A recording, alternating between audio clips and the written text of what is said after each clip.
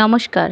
সাহিত্যের কথা অমৃত সমান চ্যানেলে আমি ভালো বন্ধু হতে পারবো কি জানি না, তবে হওয়ার চেষ্টা করব। আজ দশম শ্রেণীর সাহিত্য সঞ্চয়ন বাংলা প্রথম ভাষা থেকে চণ্ডীদাসের একটি পদ পরশমণি পাঠ করছি এবং সে বিষয়ে দু একটি কথা আলোচনা করব এখানে। তো শুরু করা যাক। কবিতাটি প্রথমে পাঠ করে শোনাই। এখন তখন নাই নাম ধরি গান গায়, বাঁশি কেনে ডাকে থাকি থাকি, সেই হইতে মোর মন নাহি হয় সম্বরণ, নিরন্তর ঝুরে দুটি আঁখি। একলা মন্দিরে থাকি কভু তারে নাহি দেখি, সেহ কভু না দেখে আমারে। আমি কুলবতী রামা, সে কেমনে জানে আমা, কোন ধ্বনি কহি দিল তারে। না দেখিয়া ছিনু ভালো, দেখিয়া অকাজ হলো, না দেখিলে প্রাণ কেন কাঁদে। চণ্ডীদাস কহে ধ্বনি, কানু সে পরশমণি, ঠেকে গেলা মোহনিয়া ফাঁদে। তো পদ বা কবিতা যাই বলি এটি চণ্ডীদাসের পদাবলী গ্রন্থের 42 সংখ্যক পদ। চণ্ডীদাস পদাবলী গ্রন্থের একজন অতি পরিচিত কবি, মানে বিখ্যাতই কবি। সেই কবির প্রধান কবি, অন্যতম প্রধান কবি বৈষ্ণব পদাবলী সাহিত্যের চণ্ডীদাস।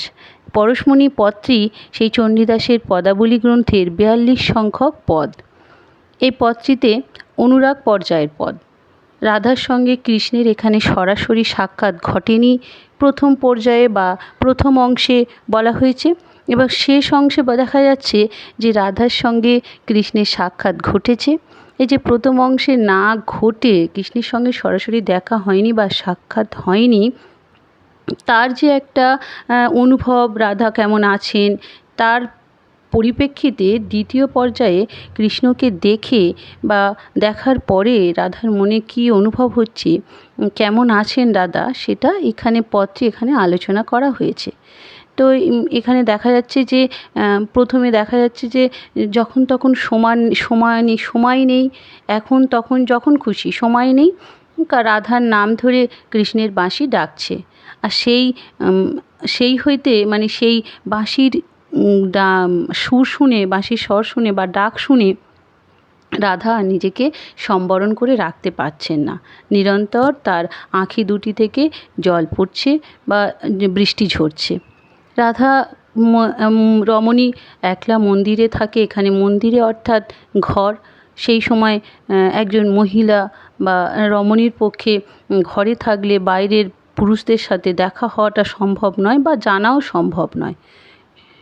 সেও কভু না দেখে আমারে, মানে কৃষ্ণ রাধাকেও এখানে দেখেনি, আর কভু তারে নাহি দেখি, আমিও তাকে দেখিনি। মানে রাধা ঘরে থাকে, তাকে দেখেনি, কৃষ্ণও তাকে দেখেনি।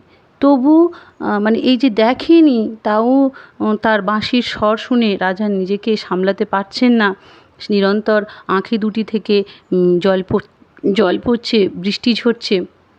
বলছে, আমি তাকে দেখিনি, সেও আমাকে দেখেনি, কিন্তু আমি কুলের রমণী, আমি কুলবতী রামা, সে কেমনে জানে মা, আমাকে সে কেমন করে জানবে। এখানে সে অর্থাৎ কৃষ্ণ কেমন করে আমাকে জানবে।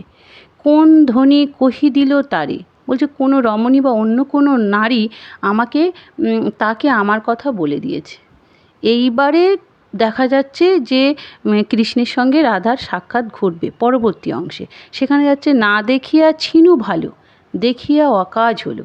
আমি এতদিন কৃষ্ণকে না দেখে ভালোই ছিলাম, হয়তো বাঁশির স্বর শুনে আমার কষ্ট হতো, ডাক শুনে আমার সারাক্ষণ চোখ থেকে জল পড়তো বা চোখ ছলছল করতো, কিন্তু দেখে আমার অকাজ হলো।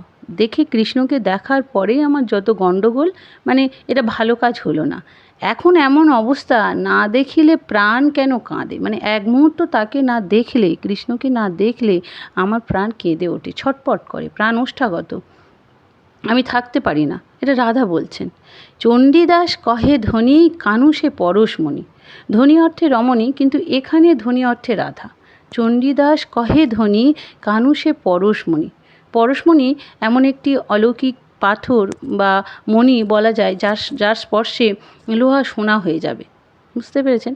তো চণ্ডীদাস কহে ধ্বনি, কানু সে পরশমণি। পরশমণি হচ্ছে এখানে কানুকে সেই মূল্যবান পাথরের সঙ্গে তুলনা করা হয়েছে। আর এখানে রাধাকে রাধাকে এখানে সেই অর্থে একটু নিচু করে দেখানো হয়েছে লোহা, মানে কৃষ্ণের সেই পরশমণির স্পর্শে রাধাও সোনা হয়ে যাবে, যার স্পর্শে সোনা হয়ে যায়। এই যে কানু সে পরশমণি, কৃষ্ণকে পরশমণির সঙ্গে তুলনা করা হলো, রাধার থেকে একটু উচ্চ পর্যায়ে বা একটু উঁচু স্থানে রেখে। তারপরের লাইনেই একদম বিপরীত একটা কথা বলা হচ্ছে, ঠেকে গেলা মোহনিয়া ফাঁদে। কে ঠেকে গেল? রাধা ঠেকে গেলা মোহনিয়া ফাঁদে। মোহনিয়া একটা মায়াময় ফাঁদ বা জালে রাধা জড়িয়ে পড়েছে। এই স্থানে বলা হচ্ছে যে রাধা এতদিন উচ্চ পর্যায়ে ছিল, এই যে কৃষ্ণকে দেখে, দেখে এখানে রাধার স্থান স্তুত হচ্ছে আর কি। মোহনিয়া ফাঁদে রাধা জড়িয়ে পড়েছে। এই যে বিপরীত, কানু সে পরশমণি একটা উচ্চ পর্যায়ের কৃষ্ণকে উঁচু স্থানে রাখা, আর পরবর্তীতে আবার রাধাকে উঁচু স্থানে রেখে কৃষ্ণকে মোহনিয়া ফাঁদে ফেলে দিয়েছে, মানে একটা বিপরীত অর্থ এখানে প্রকাশ করছে দুটো লাইনের মধ্যে দিয়ে। তো এই গেল পদটি বা কবিতাটি, খুবই একদম সহজ সরল বাংলা ভাষায় লেখা, মানে পড়লে সহজেই বোঝা যায়, খুব কষ্ট হয় না এখানে, খুবই সহজ কবিতাটি বা পদটি। ভালো লাগলে আমাকে মতামত দেবেন আপনারা, আমার ভালো লাগবে। নমস্কার।